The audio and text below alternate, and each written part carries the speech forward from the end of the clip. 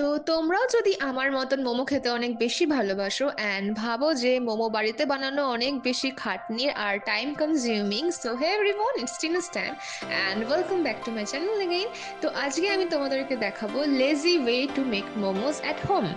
তো এখানে আমি গোটা টমেটো নিয়ে নিয়েছি তিনটে, যেগুলো দিয়ে আমি চাটনি বানাবো। এছাড়া গাজর আর ক্যাপসিকাম কুচি করে নিয়েছি, বাঁধাকপি নিয়ে নিয়েছি একটা ছোট গোটা, পেঁয়াজ কুচি, রসুন, আদা, কাঁচা লঙ্কা, আর গোটা রসুন আর গোটা কাঁচা লঙ্কা আমি রেখেছি, যেগুলো আমি চাটনিতে ইউজ করব। তো ফার্স্টে আমরা এখানে ভেজ মোমোর ফিলিংটা বানিয়ে নেব। তো তার জন্য কড়াইতে অল্প একটু সাদা তেল দিয়ে তার মধ্যে প্রথমে গাজর আর ক্যাপসিকাম কুচিগুলো দিয়ে ভালো করে নেড়ে চেড়ে নিতে হবে। তো তারই মাঝখানে আমরা এখানে টমেটোটা বসিয়ে দেব সেদ্ধ করতে, বিকজ টমেটো সেদ্ধ করে এর পিলগুলোকে ছাড়িয়ে নিতে হবে, তারপর সেগুলো দিয়ে ঠান্ডা করে চাটনি তৈরি হবে। তো যখন আমাদের গাজর ক্যাপসিকাম কাঁচ কাঁচ মতন ভাজা হয়ে আসবে, আমরা আদা, রসুন, পেঁয়াজ, কাঁচা লঙ্কা কুচিগুলো দিয়ে নেব। তারপর অল্প একটু নাড়াচাড়া করে ওগুলোকে একটু ভাজা ভাজা করে নেব। তারপরে আমাদের যে বাঁধাকপিগুলো কেটে রেখেছিলাম সেগুলো দিয়ে দেবো একে একে সম্পূর্ণটা। তো তারপর সেগুলোকে একটু একটু নাড়িয়ে নিতে হবে, আর তার মধ্যে নুন দেওয়া একদমই যাবে না। তো হ্যাঁ, এটাই স্পেশাল এখানে, যে এইগুলো ভাজা করার সময় নুন দেওয়া যাবে না, নয়তো এগুলো একদম নরম হয়ে যাবে আর ক্রাঞ্চি ভাবটাও থাকবে না, জল ছেড়ে দেবে। তো আমরা এর মধ্যে দিয়ে দেবো গোলমরিচ গুঁড়ো। গোলমরিচ গুঁড়োগুলো দিয়ে ভালো করে নাড়িয়ে নিতে হবে। তো এই পর্যায়ে অল্প অল্প ভাজা হয়ে যাওয়ার পর আমরা অ্যাড করে দেবো সোয়া sauce. 2-3 table spoon soya sauce is enough এতটা পরিমাণ সবজির জন্য। সবজির পরিমাণটা বুঝে একটু সোয়া সস দিও, বেশি নয়তো দিলে তেতো হয়ে যেতে পারে। তো এখানে আমরা একটুখানি 2-3 মিনিট আরও বেশি ভেজে নেব, যাতে কাঁচা ভাবটা একদম চলে যায় অ্যান্ড এটার একটা সুন্দর গন্ধ বেরোতে শুরু করবে, আর এটা শুধু শুধু খেতেও প্রচণ্ড টেস্টি লাগবে। তো এইখানে আমাদের ফিলিংটা রেডি হয়ে গেল। তো এবার এখানে আমরা টমেটোগুলো ঠান্ডা হয়ে গেছে, এগুলোর পিলগুলোকে ছাড়িয়ে নেব অ্যান্ড চাটনিটা বানিয়ে নেব। তো চাটনির জন্য এখানে আমি একটা ব্লেন্ডার নিয়ে নিয়েছি, তার মধ্যে টমেটোগুলো দিয়ে দিয়েছি। এরপর গোটা রসুন, লঙ্কা কুচি আর ধনেপাতাগুলো দিয়ে একেবারে মিক্সিতে ব্লেন্ড করে নেব। এখানে জল অ্যাড করার একদমই দরকার নেই, বিকজ টমেটো থেকে এমনি অনেক জল বেরোবে। তো বেশি জল দিলে মিক্সি থেকে জল ছিটকে বেরিয়ে যাওয়ার সম্ভাবনা থাকবে, তো একটুখানি সতর্কভাবে। তো এখানে ভালো করে আমাদের ব্লেন্ড হয়ে গেছে। এগুলোকে আমরা একটু গরম কড়াইতে সাঁতলে নেব। বিট লবণ, সোয়া সস ও টমেটো সস দিয়ে একটু নেড়ে নিতে হবে। এখানে পুরোটা দেখাতে পারিনি বিকজ আমার ফোনে চার্জ চলে গেছিল।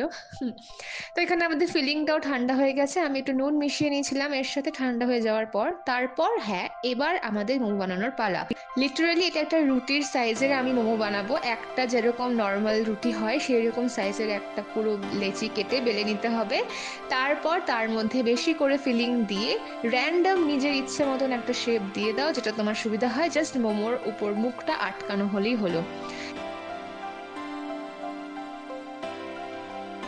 তারপর এখানে আমাদের রেডি মোমোস।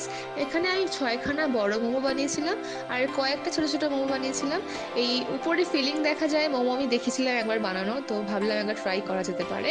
সো এখানে আমাদের মোমোগুলো রেডি, এবার এগুলোকে সেদ্ধ করার পালা।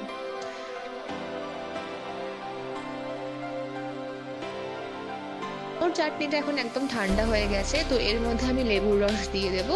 লেবুর রস দিয়ে ভালো করে মিশিয়ে নিতে হবে। মোমোর চাটনিটা আমাদের একদম এখানে রেডি।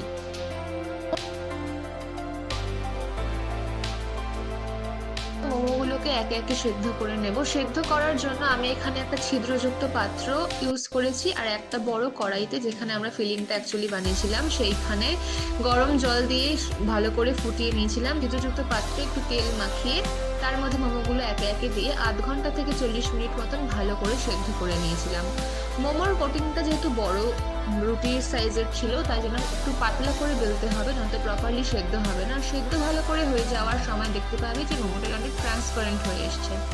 যখনই ওপর থেকে একটু ট্রান্সপারেন্ট হয়ে আসবে, এটাই বুঝে নেবে যে তোমার মোমোগুলো প্রপারলি সেদ্ধ হয়ে গেছে।